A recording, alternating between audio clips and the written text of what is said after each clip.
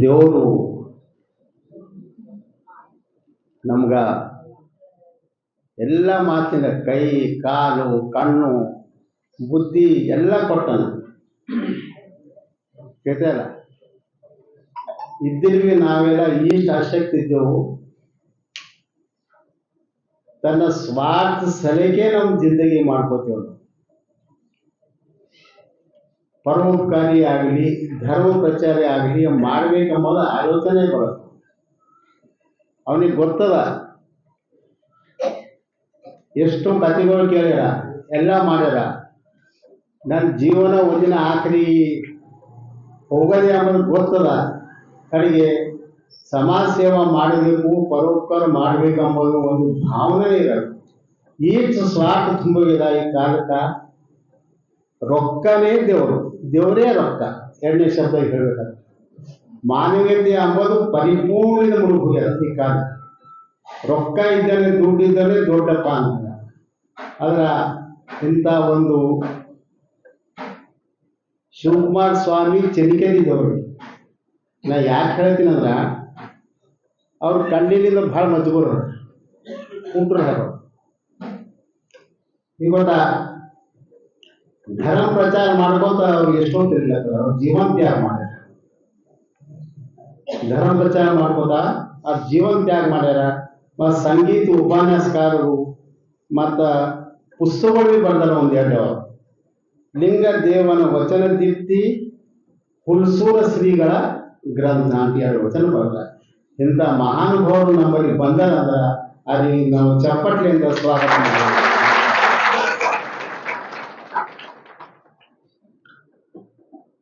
ಹಾಕ್ತೀವಿ. ಈಗ ಅವ್ರಲಿಂದ ಶೇಖರ್ ಮತ್ತು ಕುಂಬಾರರಾಜು. ಶಿವಲಿಂಗಾಯ ನಮಃ. ಧರ್ಮಗುರು, ಮಹಾ ಮಾನವತಾವಾದಿ, ವಿಶ್ವ ವಿಭೂತಿ ಬಸವ ತಂದೆಯನ್ನು ಹೃದಯದಲ್ಲಿ ಸ್ಮರಿಸಿಕೊಂಡು ಆ ದಿವ್ಯ ಜ್ಯೋತಿಯ ಬೆಳಗಿನಲ್ಲಿ ಬೆಳಗಿರ್ತಕ್ಕಂಥ ಎಲ್ಲ 770 ಅಮರ ಗಣಗಳನ್ನು, 196,000 ಚರಚಂಗಮ ಜ್ಯೋತಿಗಳನ್ನು ಇಲ್ಲಿ ಸ್ಮರಿಸಿಕೊಂಡು, ಯಾವತ್ತು ವಚನ ಪಿತಾಮಹ ಡಾಕ್ಟರ್ ಫಗ ಹಳಕಟ್ಟಿ ಅಪ್ಪ ಅವರನ್ನ, ಮಹಾನುಭಾವಿ ಉತ್ತಂಗಿ ಚೆನ್ನಪ್ಪನವರನ್ನ ಹಾಗೂ ಡಾಕ್ಟರ್ ಹರ್ಡೇಕರ್ ಮಂಜಪ್ಪನವರನ್ನ ಈ ಸಂದರ್ಭದಲ್ಲಿ ಸ್ಮರಿಸಿಕೊಳ್ಳುತ್ತಾ, ಸುಮಾರು ವರ್ಷಗಳಿಂದ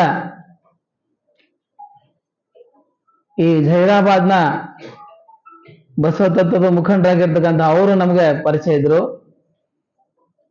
ಲಿಂಗೈಕ್ಯ ಅಡಯಪ್ಪ ಚಂದ್ರಯ್ಯಪ್ಪ ಅವರಲ್ಲಿಯೂ, ಹುಲಿಯಪ್ಪ ಚಿಂಚೋಳಿ ಜೈರಾಬಾದ್ ಶರಣರಲ್ಲಿಯೂ ಅವರನ್ನು ಸ್ಮರಿಸಿಕೊಂಡು, ಬಹುಶಃ ನಮ್ಮ ಶೇಖರಣರೊಬ್ಬರು ಬಿಟ್ರೆ ಉಳಿದವರು ಯಾರು ನನಗೆ ಅವರು ಮಾತ್ರ ಭೌತಿಕವಾಗಿ ಪರಿಚಯ ಆಗಿದ್ದು ಇವತ್ತೇ. ಕೇವಲ ದೂರವಾಣಿ ಮೂಲಕ ಆಗಾಗ ಮಾತಾಡ್ತಿದ್ದೀವಿ. ಅದಕ್ಕೆ ನೀವೆಲ್ಲರೂ ನನಗೆ ಅಪರಿಚಿತರು, ಆದ್ರೂ ಕೂಡ ಅತ್ಯಂತ ಆತ್ಮೀಯ ಬಂಧುಗಳು. ನಾವೆಲ್ಲ ಧರ್ಮ ಬಂಧುಗಳು, ನಾವೆಲ್ಲ ಬಸವ ಬಂಧುಗಳು. ಹಾಗಾಗಿ ನಿಮ್ಮೆಲ್ಲರೂ ಶ್ರೀಪಾದಕ್ಕೆ ಶರಣಾರ್ಥಿಗಳು. ಬಂಧುಗಳೇ, ಪ್ರಭುಲಿಂಗ ಲೀಲೆ ಕೃತಿಯನ್ನು ಬರೆಯುವಾಗ ಚಾಮರಸ ಒಂದು ಮಾತನ್ನು ಹೇಳ್ತಾನೆ. ಬಹುಶಃ ಅದನ್ನ ಜಗತ್ತಿನ ಅವರೆಲ್ಲ ಧರ್ಮಗಳನ್ನ, ಎಲ್ಲ ಸಾಹಿತ್ಯವನ್ನ ಓದ್ಕೊಂಡವರಿದ್ರು ಅವರೆಲ್ಲ, ವೇದ ಉಪನಿಷತ್ಗಳೆಲ್ಲ. ಆದ್ರೂ ಕೂಡ ಒಂದು ಶರಣ ವಿಚಾರದಾಗ ಒಂದು ಮಾತು ಬರೀತಾರೆ ಪ್ರಭುಲಿಂಗಿಯಲ್ಲಿ ಬರೆಯುವಾಗ. ಏನ್ ಹೇಳ್ತಾರ, ಸಾಕಷ್ಟು ಕಡೆ ಎಲ್ಲ ಪುರಾಣ ಪ್ರವಚನಗಳು ಬೇಕಾದಷ್ಟು ಪ್ರಚಲಿತ ಅದಾವ. ಆದ್ರೆ ಪ್ರಾರಂಭದೊಳಗೆ ಒಂದು ಮಾತು ಬರೀತಾರೆ. ಅವ್ರು ಏನ್ ಬರೀತಾರೆ, ಶರಣರದ ಚರಿತ್ರೆ ಆಗ್ಲಿ ವಚನ ಸಾಹಿತ್ಯದ ಅನುಭವವಾಗ್ಲಿ ಕೇಳೋದು ಹೇಗೆ ಅಂದ್ರೆ, ಹೇಗಂತಾರೆ ಅವ್ರಂದ್ರೆ ಬಹಳ ಚೆನ್ನಾಗಿ ಬರೀತಾರೆ. ಸತ್ತವರ ಕಥೆಯಲ್ಲ, ನೋಡ್ರಿ, ಸತ್ತವರ ಕಥೆಯಲ್ಲ, ಜನನದ ಕುತ್ತದಲ್ಲಿ ಕುದಿ ಕುದಿದು ಕರ್ಮದ ಕತ್ತಲೆಗೆ ಸಿಲುಕಿದವರ ಹೊಲಬು ತಾನಲ್ಲ. ಹೊತ್ತು ಹೋಗದೆ ಪುಂಡರಾಲಿಪ ಮತ್ತೆ ಮತಿಗಳ ಗೋಷ್ಠಿಯಲ್ಲ. ಸತ್ಯ ಶರಣರು ತಿಳಿಯುವುದು ಈ ಪ್ರಭುಲಿಂಗ ಲೀಲೆಯನು ಅನ್ನುವಂಥ ಮಾತು ಎಷ್ಟು ಸುಂದರವಾಗಿ ಬರ್ತಿದ್ದಾರೆ ನೋಡ್ರಿ. ಸುಮ್ಮನೆ ಟೈಮ್ ಪಾಸ್ ಮಾಡಕ್ ಬರ್ತಿದ್ದಲ್ಲ ಅಂತ ಹೇಳ್ತಾರೆ. ಹೊತ್ತು ಹೋಗದೆ ಪುಂಡರಾಲಿಪ ಮತಗಳ ಗೋಷ್ಠಿ ಅಲ್ಲ. ಅನುಭವ ಅಂದ್ರೆ ಏನಾಯ್ತಾರ? ಸತ್ಯ ಶರಣರು ತಿಳಿಯುವುದಿ ಪ್ರಭುಲಿಂಗ ಲೀಲೆ ಏನು ಅನ್ನುವಂಥದ್ದು. ಬಂಧುಗಳೇ, ನನಗೆ ತುಂಬಾ ಸಂತೋಷ ಆಗ್ತಾ ಇದೆ. ನಾನು ಜೈರಾಬಾದ್ಗೆ ಒಂದೆರಡು ಸರಿ ಬಂದಿರ್ಬೋದು. ಅಡವಿಪ್ಪ ಚಂದ್ರ ಅವ್ರದ್ದು ಯಾವುದೋ ಮನೆ ಕಾರ್ಯಕ್ರಮದಾಗ ಒಂದ್ಸರಿ ಕರೆದಿದ್ದು ಬಂದಿದ್ದು ನೆನಪದ. ನನ್ಗೆ ಭಾಳ ಸುಮಾರು 20 ವರ್ಷಗಳ ಹಿಂದೆ ಇರ್ಬೋದು ಅದು ಮಾತು. ಬಂದಿದ್ದು ನೆನಪಿದೆ. ಬಸವರಾಜ ತಂಬಾಕಿ ಅವ್ರನ್ನ ನಂಗೆ ಕರ್ಕೊಂಡ್ ಬಂದಿದ್ರು. ಅವ್ರು ಬಸವರಾಜ ತಂಬಾಕಿ ಅವರು ತಮ್ಮ ಊರೊಳಗ ನನಗೆ 3 ವರ್ಷ ಪ್ರತಿ ಶ್ರಾವಣ ಮಾಸದಾಗ ಒಂದೊಂದು ತಿಂಗಳ ಪ್ರವಚನಕ್ಕೆ ಕರೆಸಿದ್ರು ಅವರು. ಅದಕ್ಕೆ ಅವರೆಲ್ಲ ಹಿರಿಯರು, ಶರಣರು, ನಮಗೆಲ್ಲ ಬಹಳ ಆತ್ಮೀಯರಿದ್ರು. ಅದಕ್ಕೆ ಜೈರಾಬಾದ್ ನನಗೆ ಇಲ್ಲಿ ಬಹಳ ದೊಡ್ಡ ದೊಡ್ಡ ಶರಣರು, ಅನುಭಾವಿಗಳು ನೀವೆಲ್ಲರೂ ಇದ್ದೀರಿ. ಯಾಕಂದ್ರೆ ಇಲ್ಲಿ ಮಾತಾಜಿ ಹಿಡ್ಕೊಂಡು, ಲಿಂಗಾನಂದಪ್ಪರು ಹಿಡ್ಕೊಂಡು ಎಲ್ಲ ದೊಡ್ಡ ದೊಡ್ಡ ಶರಣರು, ಸಂತರು, ಮಹಾತ್ಮರು ಎಲ್ಲರೂ ಇಲ್ಲೆಲ್ಲ ಬಂದು ಹೋಗಿದ್ದಾರೆ. ನೀವೆಲ್ಲರ ಪ್ರವಚನವನ್ನು ಕೇಳಿ ನೀವು ಮನನ ಮಾಡ್ಕೊಂಡವ್ರು ಇದ್ರಿ ನೀವೆಲ್ಲರೂ. ಅದಕ್ಕೆ ನಿಮ್ ಮುಂದೆ ಹೇಳ್ಬೇಕಾಗಿತ್ತು ಅಂದ್ರೆ ಹೇಳುವಂಥದ್ದು ಕೇಳುವಂಥದ್ದು ಅಂದ್ರೆ ಏನೋ, ಇಲ್ಲಿ ಹೇಳುವ ಕೇಳುವ ಕ್ರಿಯೆಯೊಳಗ ದೊಡ್ಡದು ಸಣ್ಣದು ಅಂತ ಮಾತು ಬರೋದಿಲ್ಲ. ನಾವೆಲ್ಲರೂ ಒಬ್ರಿಗೊಬ್ಬರು ಪರಸ್ಪರ ಅನುಭವವನ್ನು ವಿನಿಮಯ ಮಾಡಿಕೊಳ್ಳತಕ್ಕಂಥ ಪ್ರಕ್ರಿಯೆ ನಮ್ಮ ಬಸವಾದಿ ಶರಣರು ಅನುಭವ ಮಂಟಪದಲ್ಲಿ ಪ್ರಚುರಪಡಿಸಿದ್ರು. ಅದನ್ನೇ ಇಲ್ಲಿ ನಾವು ಮುಂದುವರ್ಸ್ಕೊಂಡು ಹೋಗ್ಬೇಕು. ಇವತ್ತು ನೀವೆಲ್ಲರೂ ನನಗೆ ಕೊಟ್ಟಿರ್ತಕ್ಕಂಥ ಒಂದು ವಿಷಯ ಏನಂದ್ರೆ, ಸ್ವಲ್ಪ ನನ್ನ 1 ನಿಮಿಷದಾಗ ಒಂದನ್ನು ಪರಿಚಯ ಮಾಡ್ಕೊತೀನಿ. ನಾನು ಶಿವಸ್ವಾಮಿ ಚಿನಿಕೇರ ಅಂತ ಅಣ್ಣವ್ರು ಹೇಳಿದ್ರಿ. ಈಗ ಸುಮಾರು ನನಗೆ 87ರಿಂದಲೂ ಬಸವ ತತ್ವದ ಪರಿಚಯ ಆಯಿತು. ನಮ್ಮಲ್ಲಿ ನನಗೆ ದೀಕ್ಷಾ ಗುರುಗಳು ಕಲ್ಲಪ್ಪ ದೇವಣಿ ಗುರುಗಳು ಅಂತ ಇದ್ದಾರೆ. ಅವರು ಬೆಲ್ಲಾಳ ಶರಣರಲ್ಲಿಂದ ದೀಕ್ಷಾ ತಗೊಂಡವರು ಇದ್ದಾರೆ. ಅವರು ಸುಮಾರು 45 ವರ್ಷಗಳಿಂದ ಇಲ್ಲಿ ತನಕ ಒಂದು ದಿನವಾದರೂ ಕೂಡ 3 ಹೊತ್ತು ಲಿಂಗ ಪೂಜೆ ಮಾಡ್ಕೊಳ್ಳೋದು ತಪ್ಪಿಸಿಲ್ಲ. ಅಂತ ಮಹಾನ್ ಶರಣರದಾರ ಅವರು. ಬಹುಶಃ ಯಾವ ಮಠಾಧೀಶರು ಅವರಿಗೆ ಸಮ ಬರಂಗಿಲ್ಲ ಅಂತ ನನಗನ್ಸೋದು. ಇವತ್ತಿಗೂ ಕೂಡ ತ್ರಿಕಾಲ ಲಿಂಗ ಪೂಜೆ ಅನ್ನೋದು ತಪ್ಪಿಸಿಲ್ಲ. ಆದ್ರೂ ಕೂಡ ಅವರು ಪ್ರಚಾರಕ ಒಂದು ಪ್ರತಿಷ್ಠೆಗೆ ಇದಕ್ಕಾಗಿ ಅವರು ಎಂದೂ ಹೊರಗೆ ಬಂದವರಲ್ಲ. ದೊಡ್ಡ ಲಿಂಗಾನುಭಾವಿಗಳಿದ್ದಾರೆ. ಬಹುಶಃ ನೀವು ಯಾರಾದ್ರೂ ಹೋಗಿ ಈಗಲೂ ಕೂಡ ಅವರನ್ನು ಸಂದರ್ಶಿಸಬಹುದು. ಇಲ್ಲಿ ಹುನಾವಾದಲ್ಲಿ ಇರ್ತಾರೆ ಅವರು. ಅದಕ್ಕೆ ಅವ್ರ ದೀಕ್ಷಾ, ಅವ್ರಲ್ಲಿಂದ ದೀಕ್ಷೆ ಪಡ್ಕೊಂಡು ಸುಮಾರು ವರ್ಷ ಆಯಿತು. ಅದಕ್ಕೆ ಪ್ರವಚನದಲ್ಲಿ ಒಳಗಿದಂದ್ರೆ ಅಥಣಿಯೊಳಗ ಮಾತಾಜಿಯವ್ರ ಹತ್ರ ಕೆಲವು ತಿಂಗಳು ಉಳಿದು ಪ್ರವಚನದನ್ನು ಅಭ್ಯಾಸ ಮಾಡ್ಕೊಂಡಿವಿ. ಆಮೇಲೆ ಬರ್ತಾ ನನಗೆ ಬರೀತಕ್ಕಂಥ ಹವ್ಯಾಸ ಭಾಳ ಇತ್ತು. ಇಲ್ಲಿ ತನಕ ಒಂದು 11 ಪುಸ್ತಕಗಳನ್ನು ನಾನು ಪ್ರಕಟಿಸಿದ್ದೀನಿ. ಅದರಲ್ಲಿ 6 ಪುಸ್ತಕಗಳು ನಮ್ಮ ಕರ್ನಾಟಕ ಸರ್ಕಾರ ಖರೀದಿ ಮಾಡಿದೆ, ನಾನು ಬರೆದಿರ್ತಕ್ಕಂಥ ಪುಸ್ತಕಗಳು. ಆದ್ರಿಂದ ಕರ್ನಾಟಕ ಪುಸ್ತಕ ಪ್ರಾಧಿಕಾರ ಅವ್ರ ಕಡೆಯಿಂದ ನನಗೆ ಅದನ್ನು ಖರೀದಿ ಮಾಡಿದಕ್ಕೆ ಎಲ್ಲ ಪ್ರೋತ್ಸಾಹ ಧನವೆಲ್ಲ ಕೊಟ್ಟರು.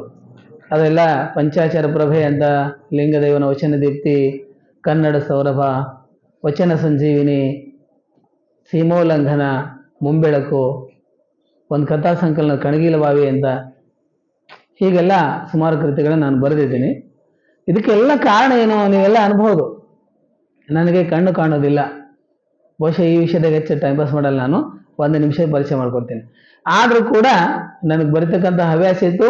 ಈಗಾದ್ರೂ ಕೂಡ ಹೇಳ್ಬೇಕಾದ್ರೆ, ಕೇಳ್ಬೇಕಾದ್ರೆ, ಏನೇ ಮಾಡ್ಬೇಕಾದ್ರೂ ಕೂಡ ಒಬ್ಬರು ಸಹಾಯ ತಗೊಂಡು ಓದಿಸ್ಕೊಂಡು, ನಿಮ್ ಬಳಿ ಪ್ರವಚನ ಬರ್ಬೇಕಾದ್ರೆ ನಿನ್ನೆ ಸಂಜೆಗೆ ಒಬ್ಬರ ಕಡೆ ಕೂತ್ಕೊಂಡು ಓದಿಸಿ ಇಲ್ಲಿ ಬಂದು ನಿಮ್ಗೆ ಅನುಭವ ಕೊಡ್ಬೇಕಾಗ್ತದೆ ಅಷ್ಟೇ.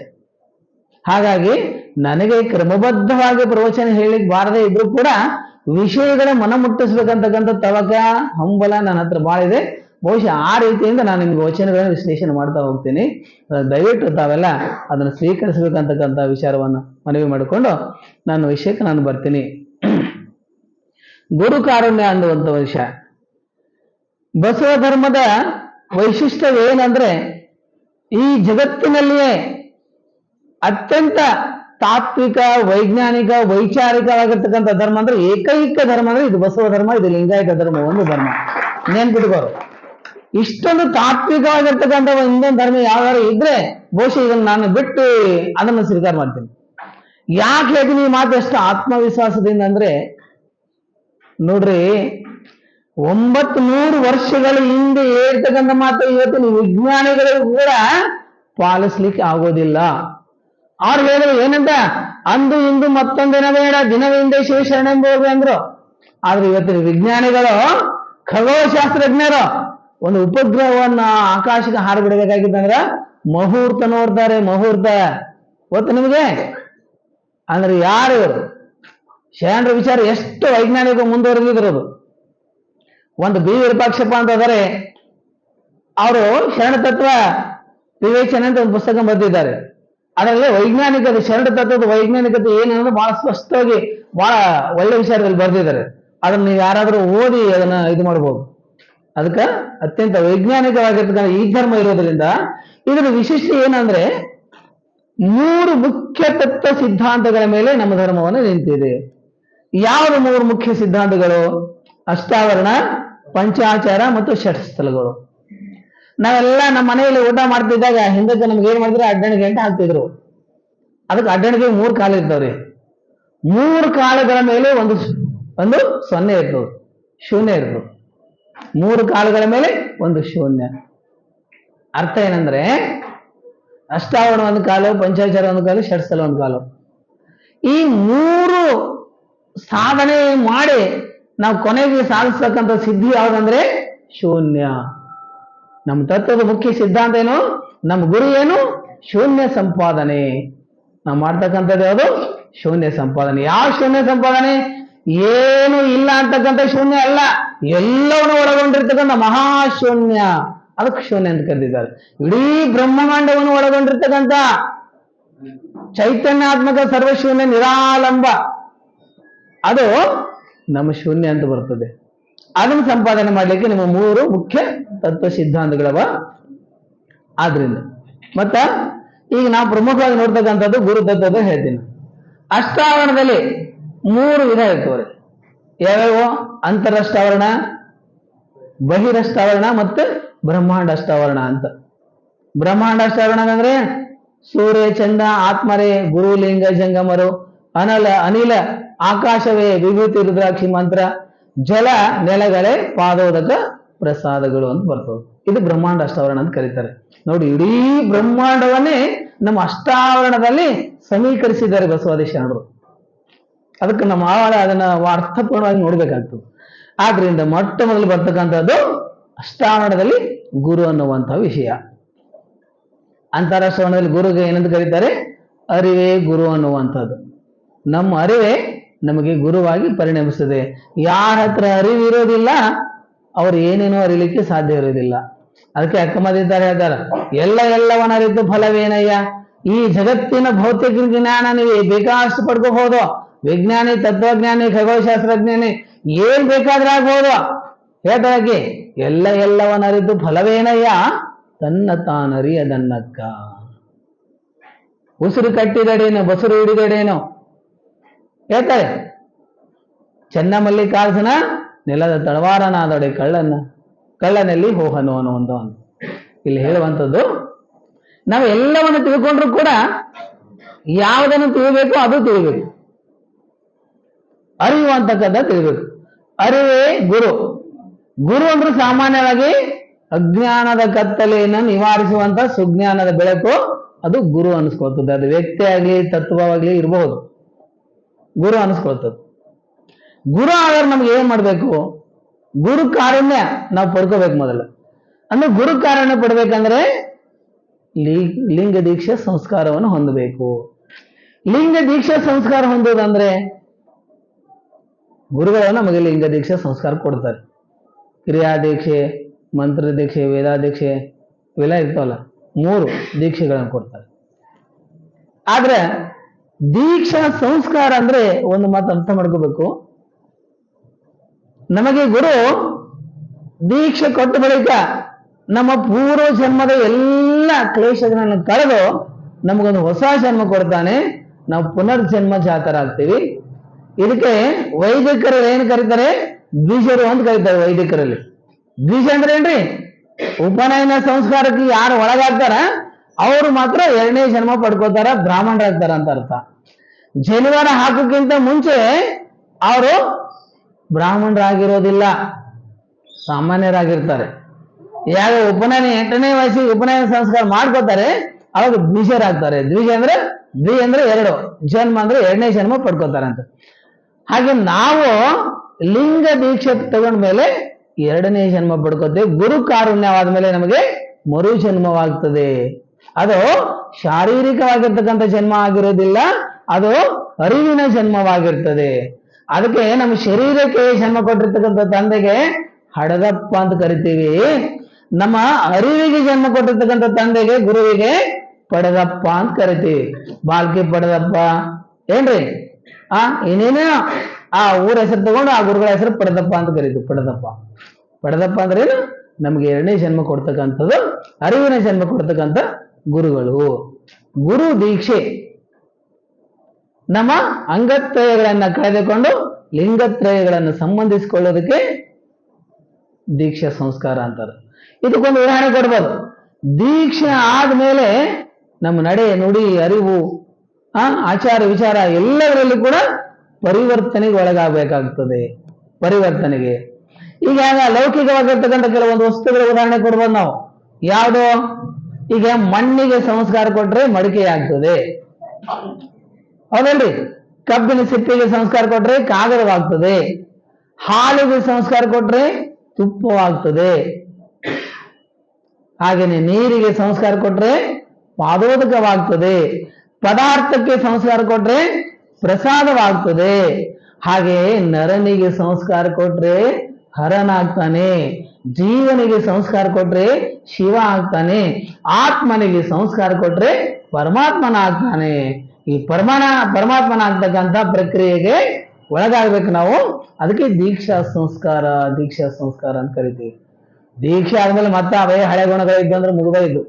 ಏನ್ ಬಂಡೆಗಳ ಮೇಲೆ ನೀರ್ ಹಾಕಿದಂಗ ಅಂತ ಹೇಳ್ತಾರೆ. ಶರಣ ಹೇಳ್ತಾರೆ, ನೀವು ದೀಕ್ಷೆಯಾಗಿ ಪರಿವರ್ತನೆ ಆಗ್ಲಿಲ್ಲ ಅಂದ್ರೆ ಹೆಂಗಪ್ಪ ಅಂದ್ರ, ಏನಿತ್ತು ಕಾಲ ಕಲ್ಲು ನೀರೊಳಗಿದ್ದು ನೆನೆದು ಮೃದುವಾಗಬಲ್ಲದೆ ಅಂತಾರ. ಅಲ್ಲ, 1000 ವರ್ಷ ಒಂದು ಬಂಡೆಗಳು ನೀರಾಗಿ ನೆನಕ್ರಿ, ಅದು ನೆನೀತದೇನ್ರಿ? ಸಾಧ್ಯವಿಲ್ಲ. ಹಾಗೆ ಎಷ್ಟು ವರ್ಷನೂ ಕೂಡ ನಾವು ದೀಕ್ಷೆ ತಗೊಂಡು ನಾವು ಪೂರ ಮುಪ್ಪಾಗಿ ನಾವು ಬಂಡೆಗೆ ಹೋದ್ರು ಕೂಡ ನಾವು ಉದ್ಧಾರ ಆಗಂಗಿಲ್ಲ. ಯಾಕ? ನಾವು ಪರಿವರ್ತನೆ ಆಗಿಲ್ಲ ಅಂದ್ರೆ ಎಲ್ಲಿ ಉದ್ಧಾರ ಅಂಬುದು ಬರ್ತದ? ಅಂತರಂಗ ಬಹಿರಂಗವಾಗಿ ಪರಿವರ್ತನೆಗೆ ಒಳಗಡೆ ಆಗ್ಬೇಕಾಗ್ತದೆ. ಅದಕ್ಕೆ ಹೇಳ್ತಾರೆ, ನಮ್ಮಲ್ಲಿ ಮಾತದ ಹಳ್ಳಿಯೊಳಗೆ ಮಾತಾಡ್ತಾರೆ ಎಲ್ಲವೋ, ಏನಂತಾರ? ದೀಕ್ಷೆ ಇಲ್ಲದೆ ಮೋಕ್ಷ ಇಲ್ಲ. ಇನ್ನೊಂದು ಮಾತು, ಮಕ್ಕಳಾಗದವರಿಗೆ ಮುಕ್ತಿ ಇಲ್ಲ. ಕೇಳಿದ್ರಿ ಮಾತು? ಮಕ್ಕಳಾಗದವರಿಗೆ ಮುಕ್ತಿ ಇಲ್ಲ ಅಂದ್ರೆ ಏನಂತಾರೆ? ಸಾಮಾನ್ಯವಾಗಿ ಅರ್ಥ ಆದ್ರೆ ಏನಂತದ? ಎಷ್ಟೋ ಜನ ಬ್ರಹ್ಮಚಾರಿಗಳು, ಸನ್ಯಾಸಿಗಳು, ವಿರಕ್ತರು ಇದ್ದಾರೆ, ಅವ್ರಿಗೆಲ್ಲ ಮಕ್ಕಳೇ ಇಲ್ಲ, ಆದ್ರೆ ಮುಕ್ತಿ ಇಲ್ಲ. ಏನಿದ್ರ ಅರ್ಥ? ಮಕ್ಕಳಾಗದವರಿಗೆ ಮುಕ್ತಿ ಇಲ್ಲ ಅಂದ್ರೆ ಡಜನ್ ಮಕ್ಕಳು ಇದ್ದವರಿಗೆ ಮುಕ್ತಿ ಆತಂತಾನೆಲ್ಲ. ಇದರ ಅರ್ಥ ಏನ್ರಿ? ನಾವು ಸ್ವತಃ ಗುರುವಿಗೆ ಮಕ್ಕಳಾಗದೇ ಇದ್ರೆ ನಮಗೆ ಮುಕ್ತಿ ಇಲ್ಲ ಅನ್ನೋದ್ರ ಅರ್ಥ ಆಗೋದು. ನಾವು ಗುರುವಿಗೆ ಮಕ್ಕಳಾಗಬೇಕು. ಅದಕ್ಕೆ ಮಕ್ಕಳಾಗದವರಿಗೆ, ಯಾರು ಗುರುವಿನ ಮಕ್ಕಳಾಗೋದಿಲ್ಲ ಅವರಿಗೆ ಮುಕ್ತಿ ಇಲ್ಲ ಅಂತ ಅದರ ಅರ್ಥ. ಅದಕ್ಕೆ ಅರಿವು ಇರೋತನ ಗುರು ಮಾಡಿಕೋ ನರಕ ದೂರವಾದತ್ತು ಅಂತ ನಮ್ಮದು ಪಶ್ಚಿಮ ಪದ ಹಾಡ್ತಾರೆ. ಕುಟ್ಟು ಪದದಾಗ ಹಾಡ್ತಾರೆ, ಬಹಳ ಚೆನ್ನಾಗಿದ್ದಾವ ಎಲ್ಲ ಹಳ್ಳಿ ಒಳಗೆ. ಇಂಥ ಬೇಕಾದಷ್ಟು ಉದಾಹರಣೆಗಳನ್ನ ಕೊಡ್ಬೋದು. ಅದಕ್ಕೆ ಗುರು ದೀಕ್ಷೆ ಅಂದರೆ ಪರಿವರ್ತನೆಗೆ ಒಳ ಮಾಡ್ತಕ್ಕಂಥದ್ದು, ಸಂಸ್ಕಾರ ಕೊಡ್ತಕ್ಕಂಥದ್ದು ಇರ್ತದೆ. ಅದಕ್ಕೆ ಬಂಧುಗಳೇ, ದೀಕ್ಷೆ ಕೊಡ್ತಕ್ಕಂಥವ್ರು ಯಾರು? ಈ ಪ್ರಶ್ನೆ ಬರ್ತದೆ ನಮಗೆಲ್ಲ. ಮಠದೊಳಗಿದ್ದವ್ರಿಗೆ ದೀಕ್ಷೆ ಕೊಡ್ಬೇಕಾ, ಅಥವಾ ಗೃಹಸ್ಥರಾದವ್ರನ್ನ ದೀಕ್ಷೆ ಕೊಡಬಹುದು? ಬಸವಣ್ಣನವರು ಗೃಹಸ್ಥರು, ಅಕ್ಕನಾಗಮ್ಮನವರು ದೀಕ್ಷೆ ಮಾಡಿದ್ರು. ಮೊಟ್ಟ ಮೊದಲಿಗೆ ಈ ಬಸವ ಧರ್ಮ ಹುಟ್ಟಿದ ಮೇಲೆ ಮೊಟ್ಟ ಮೊದಲಿಗೆ ಲಿಂಗ ದೀಕ್ಷಾ ಸಂಸ್ಕಾರ ಕೊಟ್ಟಿದ್ದು ತಾಯಿ ಅಕ್ಕನಾಗಮ್ಮನವರಿಗೆ ಬಸವನವರು ದೀಕ್ಷಾ ಕೊಟ್ರು. ತಾಯಿ ಅಂದ್ರೆ ಅರಿವಿನ ತಾಯಿ, ಅವ್ರಿಗೆಲ್ಲಕ್ಕೆ ಬೆಂಗವಾಲಾಗಿ ನಿಂತಿರ್ತಕ್ಕಂಥ ತಾಯಿ.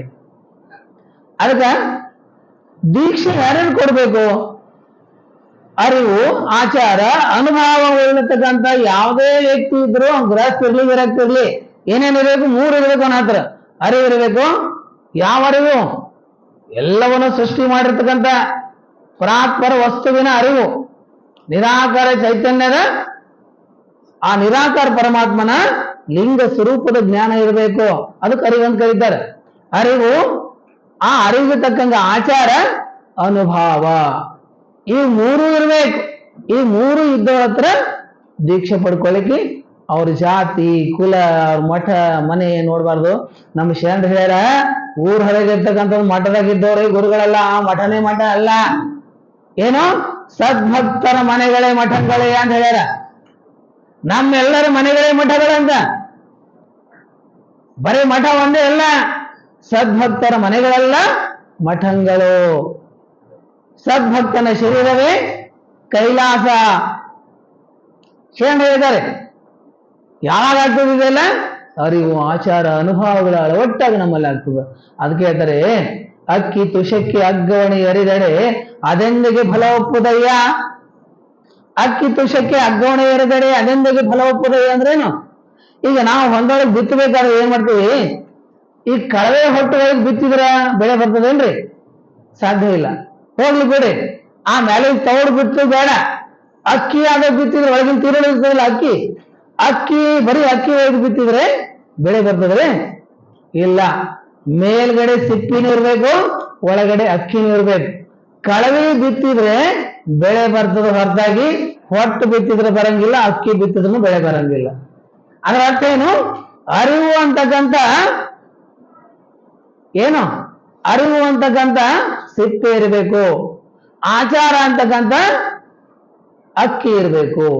ಅಂದ್ರೆ ಅರಿವು ಆಚಾರಗಳು ಎರಡೂ ಇದ್ದಾಗ ಮುಂದೆ ಅನುಭವದ ಬೆಳೆ ಬರ್ಲಿಕ್ಕೆ ಸಾಧ್ಯ ಇದೆ. ಇಲ್ಲ ಅಂದ್ರೆ ಅನುಭವ ಎಂಬುದು ಆಗುದಿಲ್ಲ. ಒಂದು ಅರಿವದ. ಏನ್ ಅರಿವದ? ತಂಬಾಕನ್ನು ಮುಟ್ಟಬಾರ್ದು ಅಂತಕ್ಕಂಥ ಸಾಮಾನ್ಯ ಅರಿವದ.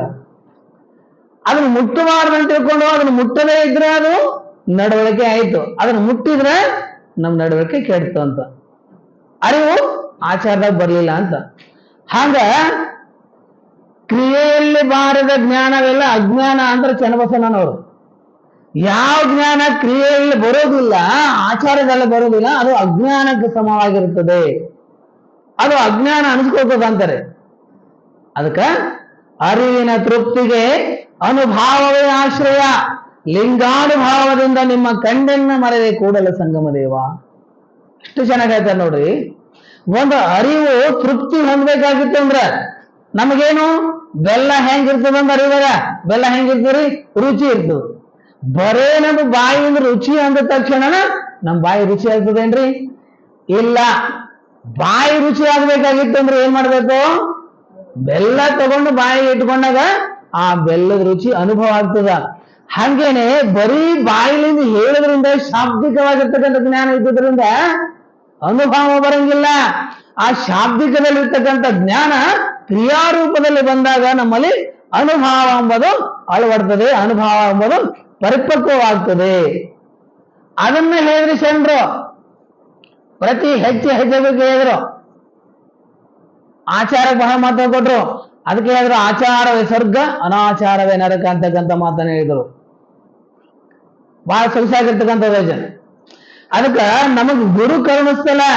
ನಮಗೆ ಗುರು ಕಾರಣವಾಗಬೇಕಾಗಿತ್ತಂದ್ರೆ ನಾವು ಮೊಟ್ಟ ಮೊದಲ ಅಂತರಂಗ ಬಹಿರಂಗ ಶುದ್ಧಿ ಮಾಡಿಕೊಳ್ಬೇಕಾಗ್ತದೆ. ನಿಮ್ಗೆ ಬಹಳ ಚೆನ್ನಾಗಿ ಉದಾಹರಣೆ ಹೇಳ್ತೀನಿ ನಾನು. ಒಂದ್ಸರಿ ಗೌತಮ್ ಬುದ್ಧನ ಹತ್ರ ಒಬ್ಬ ಶಿಷ್ಯ ಬಂದನಂತ, ಗುರುಗಳೇ ನಮ್ಗೆ ದೀಕ್ಷೆ ಕೊಡ್ರಿ ಅಂತ. ಆ ಬುದ್ಧ ಏನ್ ಹೇಳಿದ್ರು ಗೊತ್ತಾ? ಅಲ್ಲಿ ಕೊಟ್ಟಿಗೆಯಾಗದ ಸಗಣಿ ಬುಟ್ಟಿ ಇದೆ, ಹೆಂಡಿ ಬುಟ್ಟಿ ಇದೆ. ಆ ಸಗಣಿ ಬುಟ್ಟಿ ತಗೊಂಡು ಬಾಳೆ ಬೆಳೆದ ನೀರ್ ತಗೊಂಬ ಅಂತ ಹೇಳಿದ್ರು. ಅವಂದನಂತ ಗುರುಗಳು ಏನ್ ಹೇಳ್ತಾರ? ದೀಕ್ಷೆ ತಗೊಳಿಕ್ ಬಂದ್ರ ಹೆಂಡೆ ಬುಟ್ಟಿ ನೀರ್ ತಗೊಂಬ ಅಂತಾರ. ಏನ್ ವಿಚಿತ್ರ ಅದಪ್ಪ, ಏನೋ ಗುರುವಿನ ಮಹಿಮೆ ಇರ್ಬೋದು, ನೋಡೋಣ ಅಂತ ತಗೊಂಡು ಆ ಹೆಂಡೆ ಬುಟ್ಟಿ ತಗೊಂಡು ಬಾವಿಗೆ ನೀರ್ ತರ್ಲಿಕ್ಕೆ ಬಾವಿಗೆ ಏನ್ ಮಾಡಿದ್ರಿ? ಒಳಗೆ ಎದ್ದಾನ ಮ್ಯಾಲಿಗೆ ಒಂದ್ 2 ಚಿಡಿ ಎದ್ದು ಬರೋದ್ರಾಗೆ ನೀರೆಲ್ಲ ಸೋರೋಗ್ಬಿಡ್ತು. ಸುಮಾರು 1 ತಾಸು ಪ್ರಯತ್ನ ಮಾಡಿದ, ಒಂದು ಹನಿ ನೀರು ಬರಲ್ಲು. ಅವನಿಗೆ ಸಾಕು ಸೋತ್ ಹೋಗ್ಬಿಟ್ಟ. ಏನಪ್ಪ ಇದು, ಬ್ಯಾಡ ದೀಕ್ಷೆ ತಗೊಳ್ಳೋದು ಬೇಡ ಅಂದ್ಕೊಂಡು ಮನಸ್ಸಿಗೆ ಬೇಸರ ಆಗಿತ್ತು. ಅದಕ್ಕೆ ವಾಪಸ್ ಬಂದು, ಗುರುಗಳೇ ಆ ಎಂಡೆ ಬಿಟ್ಟ ನೀರು ಬರ್ಲು, ಹೆಂಗ್ ತರ್ತಾರೆ ಎಂದ. ಅಲ್ಲಪ್ಪ ತಡಿ ಇನ್ನೊಂದು ಮಾತು ಹೇಳ್ತೀನಿ. 1 ಗಂಟೆ ಬಿಸಿಲಿಗೆ ನೆನೆಕದು, ಇದು ಒಣಗಿಸೋದು. ಒಣಗಿಸಿದ ಮೇಲೆ ಮತ್ತೊಂದ್ಸರಿ ಪ್ರಯತ್ನ ಮಾಡೋದು. 1 ತಾಸು ಬಿಸಿಲಿಗೆ ಆ ಬುಟ್ಟಿ ನೆನೆಕಿ ಇದು ಒಣಗಿಸಿ ಮತ್ತೆ ನೀರಿಗೆ ಮತ್ತೆ ಮತ್ತೊಂದು ಗಂಟೆ ಪ್ರಯತ್ನ ಮಾಡಿದ, ನೀರೇ ಬರ್ಲಿಲ್ಲ. ಆಮೇಲೆ ಅವನು ಬಹಳ ಸಿಟ್ಟು ಬಂತು, ನಿಮ್ ದೀಕ್ಷೆ ಮಾಡ, ನೀವ್ ನೀರ್ ಬರೋದ್ ಬೇಡ ಅಂತಕೊಂಡು ದೂರದಿಂದ ಬುಟ್ಟಿ ಎಸೆದು ನಾ ಹೋಗ್ತೀನಿ ಅಂತ ಹೊರಟ. ಅವಾಗ ಗುರುಗಳಂದ್ರೆ ಬಾರೋ ಬಾಯಿಲ್ಲ ಅಂತ ಕರೆದ್ರು, ಕೊಡ್ತೀನಿ ಬಾ ಅಂತ. ಅವಾಗ ಕರೆದ ಮೇಲೆ ಏನ್ ಹೇಳಿದ್ರು ಗೊತ್ತ್ರಿ? ನೋಡು, ಹೆಂಡಿ ಬುಟ್ಟಿಯೊಳಗ ನೀರ್ ಬರಂಗಿಲ್ಲ ಅಂಬುದು ನಿನಗೂ ಗೊತ್ತದ, ನನಗೂ ಗೊತ್ತದ.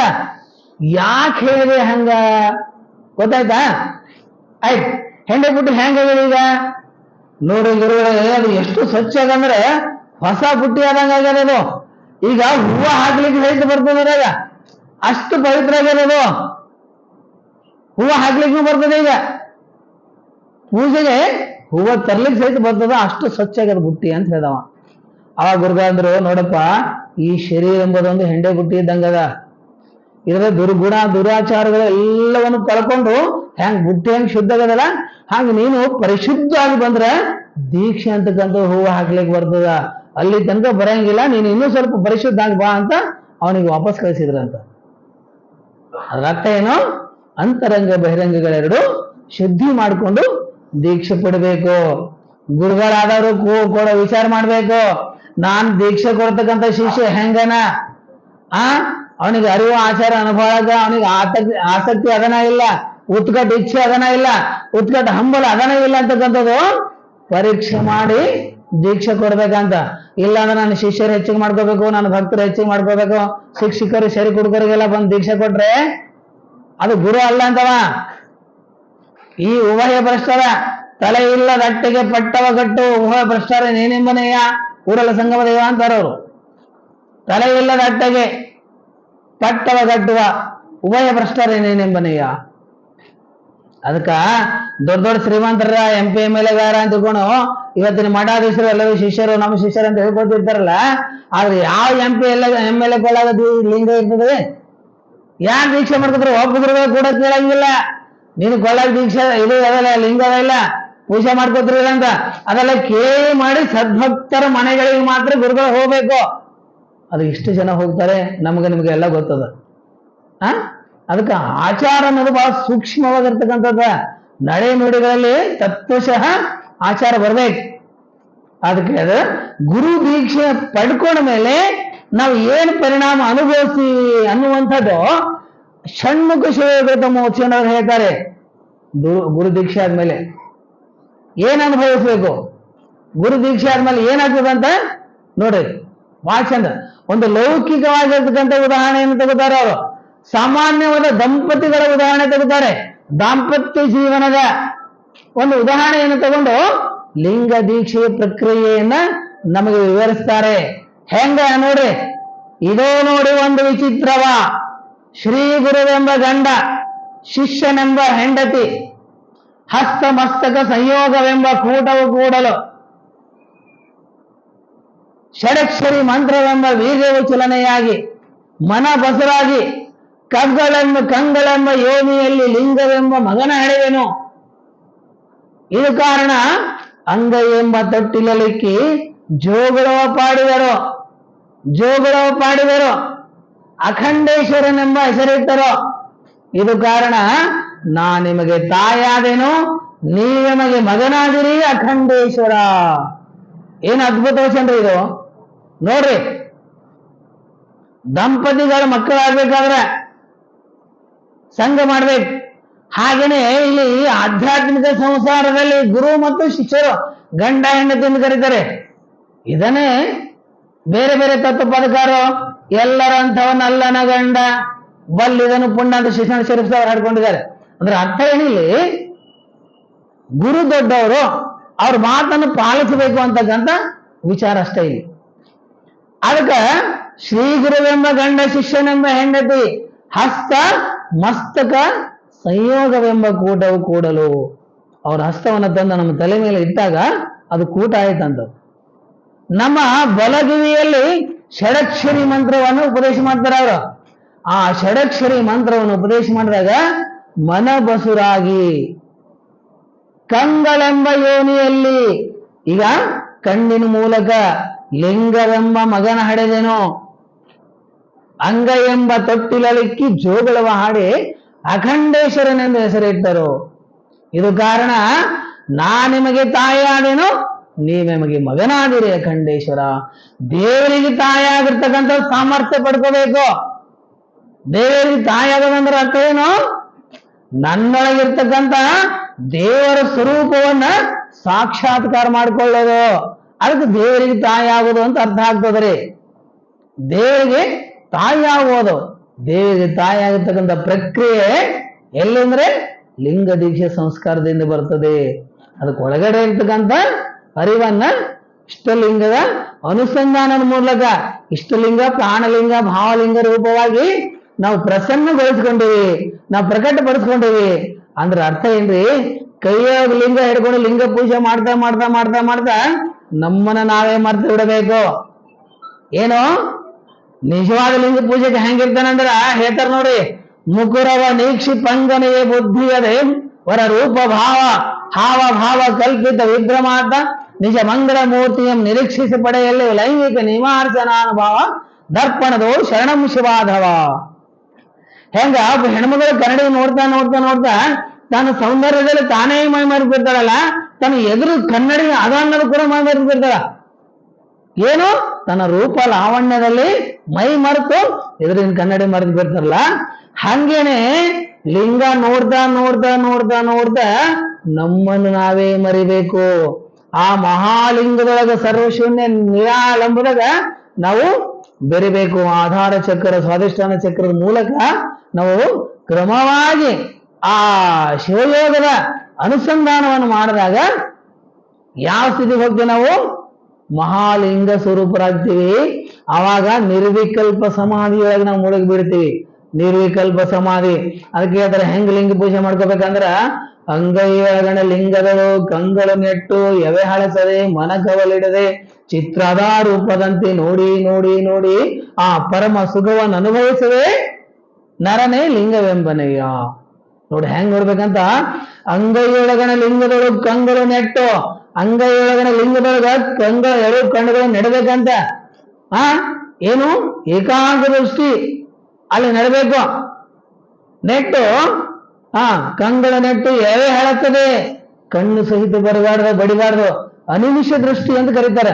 ಅರ್ಧ ಮುಚ್ಚಿದ ಕಣ್ಣು, ಅರ್ಧ ತೆರೆದಿರಬಾರ್ದು, ಅರ್ಧ ಮುಚ್ಚಿರ್ಬೇಕು. ಪುರ ತೆರೆದು ಪುರ ಮುಚ್ಚಿನ ಇರಬಾರ್ದು. ಅರೆ ನಿಮಿಷ ಅಂತಾರೆ. ಅನಿಮಿಷ ದೃಷ್ಟಿಯಿಂದ ಲಿಂಗವನ್ನು ನಿರೀಕ್ಷೆ ಮಾಡ್ತಾ ಮಾಡ್ತಾ ಮಾಡ್ತಾ ಮಾಡ್ತಾ ಎವೆ ಹೇಳ್ತದೆ, ಮನ ಕವಲಿಡದೆ. ಮನಸ್ಸು ಕೈಯಾಗ ಲಿಂಗ ಹಿಡ್ಕೊಂಡಿದ್ರು 10 ದಿಕ್ಕಿಗೆ ಮನುಷ್ಯರ ಹರಿದಾಡ್ತದ್ರಿ. ಅದಕ್ಕೆ ಹೇಳ್ತಾರೆ ಪ್ರಭುದೇವ ಅಂತ ಭಾಷಣ ಹೇಳ್ತಾರೆ, ಮಣಿಯ ನೆನೆಸಿದ ನಾವು ಕಳೆಯಲು ಬೇಡ, ಕಣಿಯ ಪೂಜಿಸಿದ ನಾವು ಕಳೆಯಲು ಬೇಡ, ಕ್ಷಣದೊಳಗಳನ್ನು ಅರ್ಧ ಕ್ಷಣವಾದರೂ ನಿಜದ ನೆನೆಯೇ ಸಾಕು. ಗುಹೇಶ್ವರ ಬೆಂಕಿಯೊಳಗುಳ್ಳ ಬಿಸಿ ಬಿಸಿ ನೀರೊಳಗುಂಟೆ ಅಂತ ಕೇಳ್ತಾರೆ ಅವರು.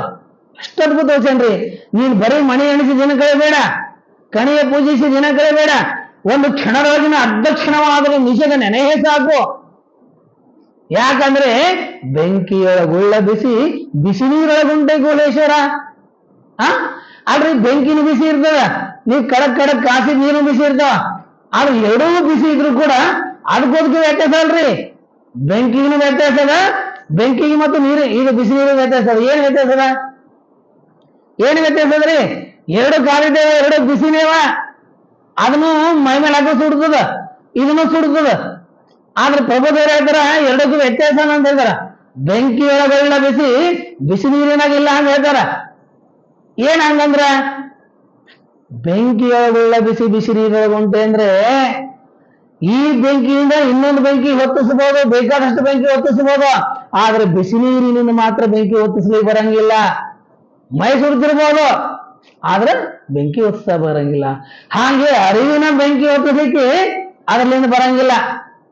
ಅದಕ್ಕ ನೀವು ಸುಮ್ಮನೆ ಪೂಜೆ ಮಾಡಿದ್ರೆ ಬರೀ ಬಿಸಿ ನೀರು ಆದಂಗಾಯ್ತು. ನಿಜವಾದ ಪೂಜೆ ಮಾಡಿದ್ರೆ ಅದು ಜ್ಞಾನಾಗ್ನಿ ಆಯ್ತದು. ಆದ್ರಿಂದ ಹೇಳ್ತಾರೆ ಅವರು ಹಿಂಗ್ ಮಾಡಿ. ಅದಕ್ಕೆ ಹಿಂದಿ ಒಬ್ಬ ಕವಿ ಹೇಳ್ತಾರೆ, ಏನು जीव फिरे मुंह में, माला फिरे हाथ में और मन फिरे 10 दिशा में, ये सच्ची पूजा नहीं है. कबीरदास ಹೇಳ್ತಾರೆ, ಕಬೀರದಾಸ. ಕೈದಾಗ ಮಾಲಿ ತಿರುಗಾಡ್ತು, ಬಾಯಾಗ ನಾಲ್ಗಿ ತಿರುಗಾಡ್ತು, 10 ದಿಕ್ಕಿಗೆ ಮನಸ್ಸೆಲ್ಲ ತಿರುಗಾಡ್ತು, ಏ ಸಚ್ಚಿ ಪೂಜಾ ನಹಿ ಹೈ ಅಂತ ಹೇಳ್ತಾರ. ಹಿಂಗ್ ಮಾಡಿದ್ರೆ ನಿರ್ವಿಕಲ್ಪ ಸಮಾಧಿ ಅನ್ನೋದು, ಲಿಂಗಾಂಗ ಸಾಮರಸ್ಯ ಎಂಬುದು ನಮ್ಗೆ ಅಳವಡದಲ್ರಿ ಬಂಧುಗಳೇ. ಆದ್ರಿಂದ ಬಂಧುಗಳೇ, ನನಗೆ ಟೈಮು ಸ್ವಲ್ಪ ಎಷ್ಟು ಕೊಟ್ರೆ, ಅರ್ಧ ತಾಸು ಕೊಟ್ರೆ ನಂಗೆ ಟೈಮ್ ಗೊತ್ತಂಗಿಲ್ಲ. ದಯವಿಟ್ಟು ಸ್ವಲ್ಪ ಟೈಮ್ ತಿಳಿಸ್ರಿ ನೀವು. ಅದಕ್ಕೆ ಆಗ್ಯದ್ರಿ? ದಯವಿಟ್ಟು ಟೈಮ್ ಆಗ್ಯದ ಅಂತ. ಅದಕ್ಕೆ ಗುರು ಕಾರಣ್ಯವನ್ನು ನಾವು ಪಡಿಬೇಕು. ನರಜನ್ಮವ ತೊಡೆದು ಹರಜನ್ಮವ ಮಾಡಿದ ಗುರುವೇ.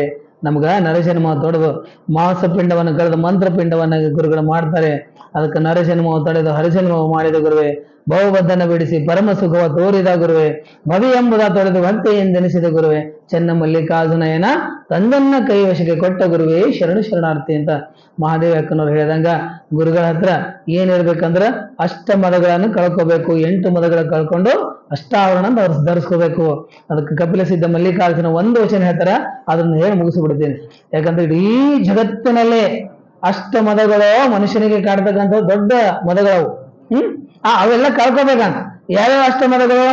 ಕುಲ ಮದ, ಛಲ ಮದ, ವಿದ್ಯಾ ಮದ, ಯೌವನ ಮದ, ರೂಪ ಮದ, ತಪೋ ಮದ, ರಾಜ್ಯ ಮದ, ಇವೆಲ್ಲ ಅದಾವ್ರಿ.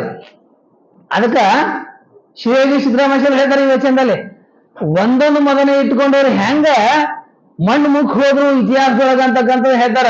ದೊಡ್ಡ ದೊಡ್ಡ ರಾಜ ಮಹಾರಾಜರು ಯಾರ್ಯಾರಿಗೆ ಯಾವ ಮದ ಇತ್ತು ಎಂಬುದು ಹೇಳ್ತಾರ. ನೋಡಿ ಏನೇನು, ಕುಲ ಮದವ ಪತ್ತಲ್ಲಿ ಚಂಡಾಲ ಗಿತ್ತಿಯಾಗಿ ಕಾಡಿತ್ತು ಮಾಯೆ ಮಯೂರನೊಬ್ಬನಿಗೆ. ಮಯೂರ ರಾಜ ಹೆಸರು ಕೇಳಿಲ್ಲ ನೀವು? ಮಯೂರ ರಾಜನಿಗೆ ಕುಲ ಮದ ಬಹಳ ಇತ್ತಂತ. ಅದಕ್ಕೆ ಹೇಳ್ತಾರೆ, ಕುಲ ಮದವ ಪತ್ತಲ್ಲಿ ಚಂಡಾಲ ಗಿತ್ತಿಯಾಗಿ ಕಾಡಿತ್ತು ಮಾಯೆ ಮಯೂರ ನೃಪನಿಗೆ, ಛಲ ಮದವ ಪತ್ತಲ್ಲಿ ಮಾಂಸವು ಭೋಗಿಸಿತ್ತು ಮಾಯೆ ವೀರ ವಿಕ್ರಮನಿಗೆ, ಧನ ಮದವ ಪತ್ತಲ್ಲಿ ದರಿದ್ರನ ಮಾಡಿತ್ತು ಮಾಯೆ ಹರಿಶ್ಚಂದ್ರನಿಗೆ, ಯೌವನ ಮದವ ಪತ್ತಲ್ಲಿ ಹಿಡಿಂದಿಯಾಗಿ ಕಾಡಿತ್ತು ಮಾಯೆ ಭೀಮನಿಗೆ, ರೂಪ ಮದವ ಪತ್ತಲ್ಲಿ ಕುರುಪಿಯಾಗಿ ಕಾಡಿತ್ತು ಮಾಯೆ ನಳನಿಗೆ, ವಿದ್ಯಾ ಮದವ ಪತ್ತಲ್ಲಿ ಅಜ್ಞಾನಿಗೆ ಕಾಡಿತ್ತು ಮಾಯೆ ಕವಿ ವಾದಿಶೇಖರನಿಗೆ, ರಾಜ್ಯ ಮದವ ಪತ್ತಲ್ಲಿ ಹಲವರಿ ವೈರಿಯಾಗಿ ಕಾಡಿತ್ತು ಮಾಯೆ ಸಿಂಗ ನೃಪಗೆ, ತಪೋ ಮದವ ಪತ್ತಲ್ಲಿ ಹಲವು ರೀತಿಯಿಂದ ಕಾಡಿತ್ತು ಮಾಯೆ ವಿಶ್ವಾಮಿತ್ರನಿಗೆ. ಇದು ಕಾರಣ ಅಷ್ಟ ಮದವಳೆದು ಅಷ್ಟಾವರಣವ ಧರಿಸಿಪ್ಪ ನಮ್ಮ ಶರಣರು ಲಯವಿಲ್ಲದಿಪ್ಪ ರಾಜಯೋಗ ಪಡೆದಿರು ನೋಡ ಕಪಿಲ ಸಿದ್ಧ ಮಲ್ಲಿಕಾರ್ಜುನ. ನೋಡ್ರಿ, ಈ ರೀತಿಯಾಗಿ 8 ಮದಗಳನ್ನು ಕಳ್ಕೋಬೇಕಂತ. ಕಳ್ಕೊಂಡಾಗ ನಾವು ಶರಣತ್ವಕ್ಕ, ಜಂಗಮತ್ವಕ್ಕ, ಭಕ್ತತ್ವಕ್ಕ ಬರ್ತೀವಿ. ಇಲ್ಲಿ ಗುರು, ಭಕ್ತ, ಜಂಗಮ ಇವರೆಲ್ಲ ಬೇರೆ ಬೇರೆ ಮಾಡ್ತಿರ್ತಾರ.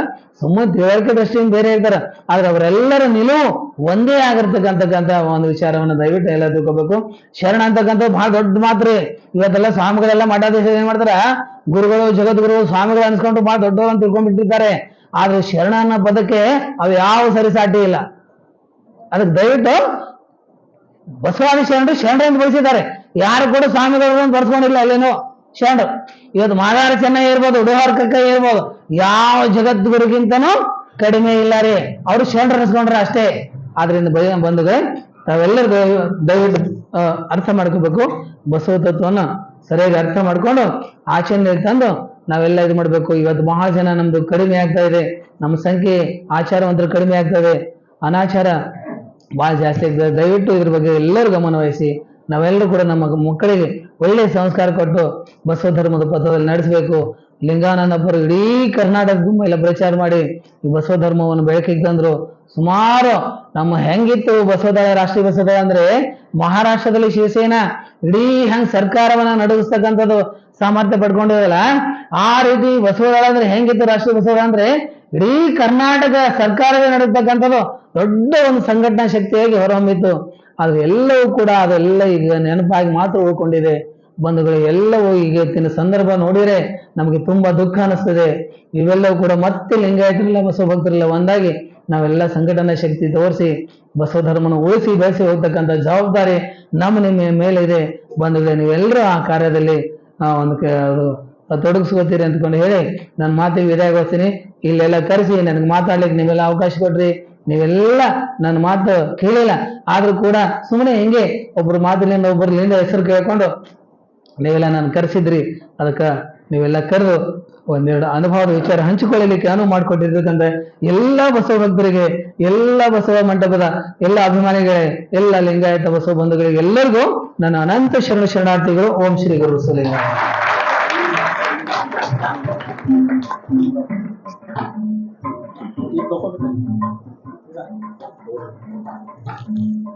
ಶಿವಕುಮಾರ ಸ್ವಾಮಿಯವರು ಗುರು ಹಾಗೆ ದೀಕ್ಷಾ ಅರಿವು ಆಚಾರ ಅನುಭವ ಬಗ್ಗೆ ಬಹಳ ವಿಸ್ತಾರವಾಗಿ ಹೇಳಿದ್ದಾರೆ.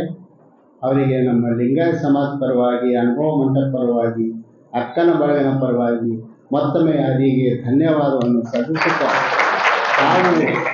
ನಮ್ಮ ಆಹ್ವಾನವನ್ನು ಮನ್ನಿಸಿ ಅಲ್ಲಿಂದ ಹುಮ್ನಾಬಾದ್ದಿಂದ ಬಂದಿರಂದ್ರೆ ನಿಮ್ಮ ಪರಿಸ್ಥಿತಿ ನೋಡಿದ್ರೆ ನಮಗೆ ಭಾಳ ತಾಜೀಬ್ ಕಾಣಿಸ್ತದೆ.